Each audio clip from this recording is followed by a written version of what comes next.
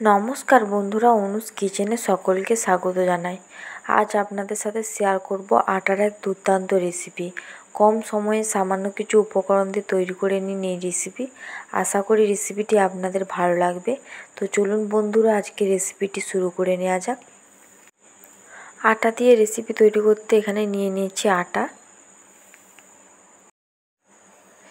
দিয়ে দেবো কেটে রাখা পেঁয়াজ কুচি, দিয়ে দেবো স্বাদ মতো লবণ,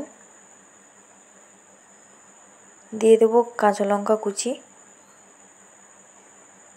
দিয়ে দেবো সামান্য পরিমাণে চাট মশলা, সামান্য পরিমাণে ধনে গুঁড়ো, দিয়ে দেবো সামান্য পরিমাণে বেকিং সোডা, দিয়ে দেবো সামান্য পরিমাণে হলুদ গুঁড়ো, সামান্য পরিমাণে লঙ্কা গুঁড়ো, দিয়ে দেবো পরিমাণ মতো চালের গুঁড়ি। সমস্ত উপকরণগুলো ভালো করে মিশিয়ে নেব।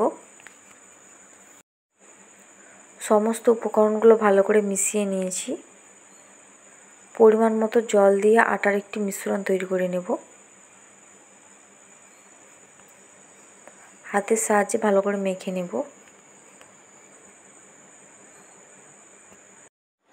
তো দেখুন বন্ধুরা, আটার মিশ্রণটি তৈরি হয়ে গেছে। আটার মিশ্রণের ঘনত্বটা এরকম হবে, খুব একটা গাঢ় হবে না, খুব একটা পাতলাও হবে না, এরকম ধরনের করে নিতে হবে মিশ্রণটিকে। গ্যাসের ফ্লেমটা মিডিয়ামে রেখে কড়াতে দিয়ে দিয়েছি সাদা তেল। তেলটা গরম হয়ে আসলে আটার তৈরি মিশ্রণটি একে একে দিয়ে দেব।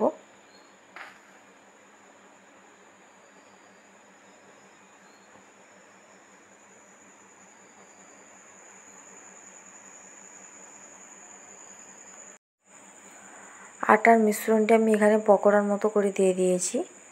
এক পাশটা ভাজা হয়ে আসলে উল্টে আরেক পাশগুলো ভেজে নেব।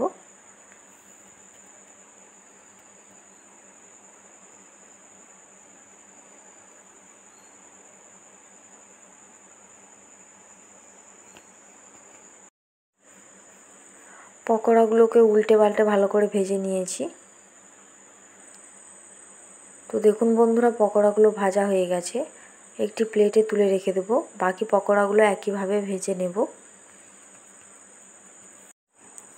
তো তৈরি হয়ে গেল আটার পকোড়ার রেসিপি। এই রেসিপিটি আপনারা গরম গরম চায়ের সাথে পরিবেশন করে নিতে পারেন, আর বাচ্চাদের স্কুলের টিফিন বক্সও দিতে পারেন। আশা করি রেসিপিটি আপনাদের ভালো লেগেছে। তাহলে একটি লাইক, শেয়ার, কমেন্ট করে দেবেন। তার সঙ্গে সাবস্ক্রাইব করার অনুরোধ রইল।